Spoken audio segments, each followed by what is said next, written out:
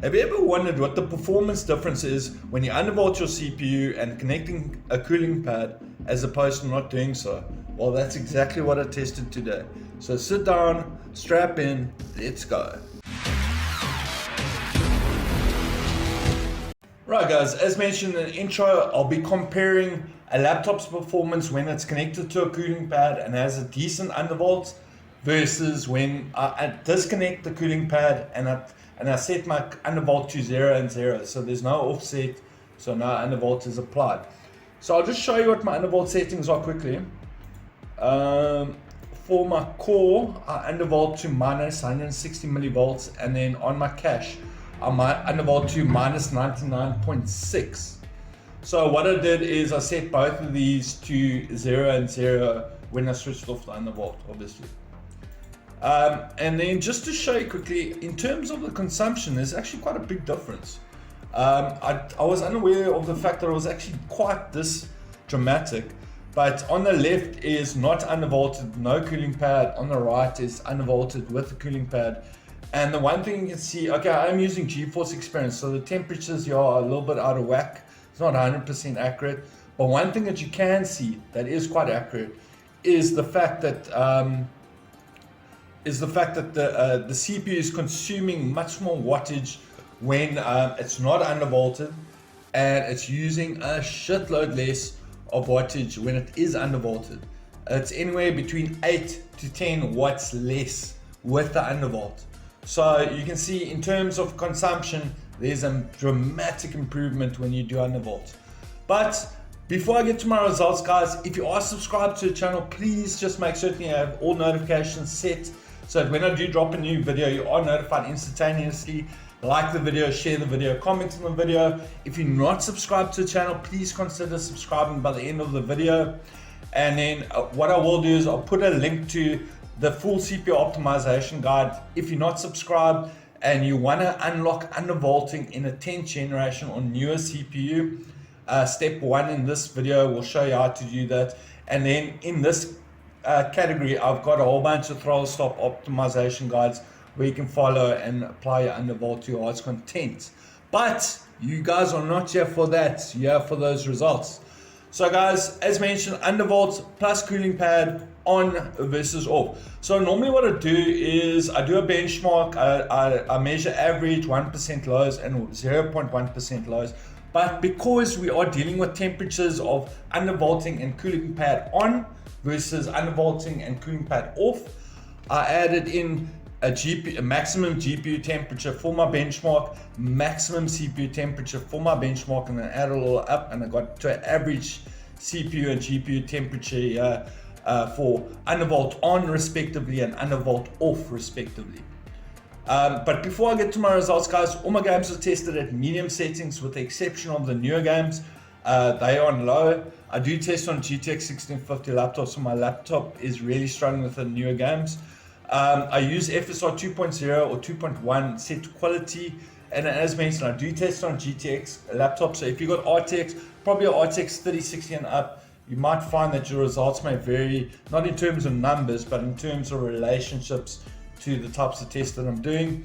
And then this test I actually did before the new driver came out. This was on Monday, so I was using 546.17 for my benchmarks. So guys, when I switched off the undervolt, or I put both my offset on my core and my cache to 0, and then I disconnected my cooling pad and I restarted my computer, and then I ran my benchmarks. I think I did 12 games over here. So I'm just going to go through the performance here quickly. Average FPS when I added it up over those 12 games was 778, 1% lows was 559, and then 0.1% lows was 451. But the maximum GPU temperature when I ran those benchmarks, when I added them all up and then I divided them by 12, my average GPU temperature was 73.83 with no undervolt. And this is just a CPU undervolt. And funny enough, a CPU, it affects the temperature and everything. So if you get your CPU temperature lower, every component in your laptop's going to be better. So you can see when I don't undervolt my CPU, my temperatures go up quite a lot on my GPU even. and then when I add up all the highest temperatures on my benchmark run and I divide it by 12, my average CPU temperature with no undervolt was 85.58. Then when I applied the undervolt and I connected my cooling pad, I'll just go through the benchmark results quickly.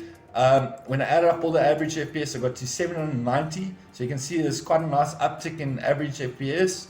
When I add up all the 1% lows, I got to 586. So you can see, surprisingly, I thought that undervolting would only benefit a laptop over a long period of time because it's when your CPU starts throttling. But funny enough, you actually get a boost in performance and stability instantaneously. I wasn't actually aware of that. I thought undervolting was actually best for long-term performance, but in the short run there's a performance gain, because you must remember all my benchmark runs are pretty much 1 minute. So the fact that when I add up with the 1% lows, I get to 586.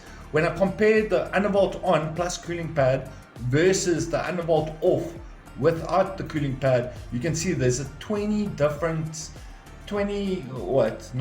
difference in terms, no, 29 difference in terms of 1% lows. So you can see undervolting and connecting a cooling pad actually makes your laptop a lot more stable, quite surprisingly. But then again, I think that's got to do with the wattage on the CPU. And then when I add up all the 0.1% lows, I get to 493. So you can see a massive jump in 0.1% lows. So gameplay is a lot smoother, the temperatures are low, less consumption. It's fantastic. And then when I add up all the GPU temperatures, the maximum GPU temperatures of my benchmark run, you'll see that my average FPS, or my average temperature on my GPU was 66.33.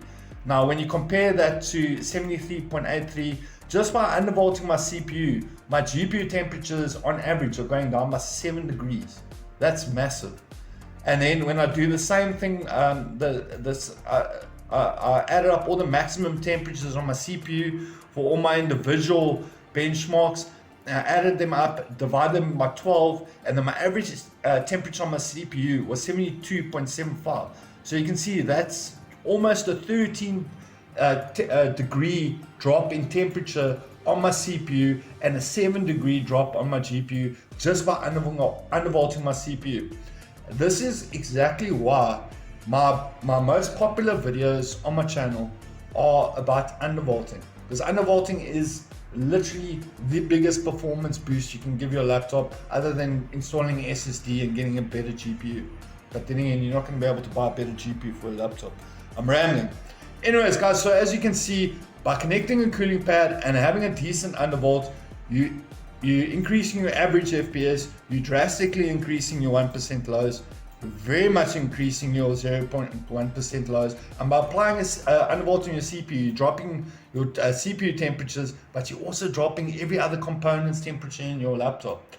As mentioned earlier, 7 degree drop in temperatures just by undervolting on my GPU, just by undervolting my CPU.